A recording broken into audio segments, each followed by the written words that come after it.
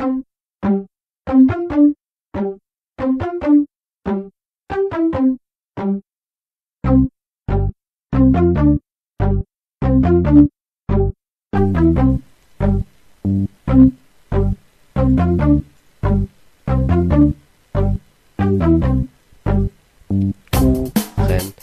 Kekse schmecken auch mit Milch, ja. Kuchen, Kekse schmecken auch mit Milch, ja. Kuchen und Kekse schmecken auch mit Milch, ja.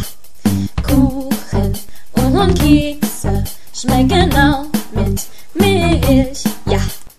Erdbeertorte, Sahneschnitte, Kirschrhabarber, Schokokuchen, Fanta-Kuchen, Bienenstich, Apfeltorte, Donauwelle, schwarze Tante, Milka-Kuchen, Schinkenkuchen, Häferkuchen, Himbeerkuchen, Beatleskuchen, Himbeertorte, Hawaii-Kuchen. Kuchen und Kekse schmecken auch mit Milch, ja. Kuchen und Kekse schmecken auch mit Milch, ja. Kuchen, Kekse schmecken auch mit Milch, ja. Kuchen, Kekse schmecken auch mit Milch, ja. Schokokekse, Haferkekse, Mandelkekse, Cookiekekse, Hundekekse, Katzenkekse, Hamsterkekse, Kokoskekse, Herzchenkekse, Plätzchen, Albertkekse, Smileykekse, Maxkekse, Katerkekse, Amarettikekse und Apfelkekse.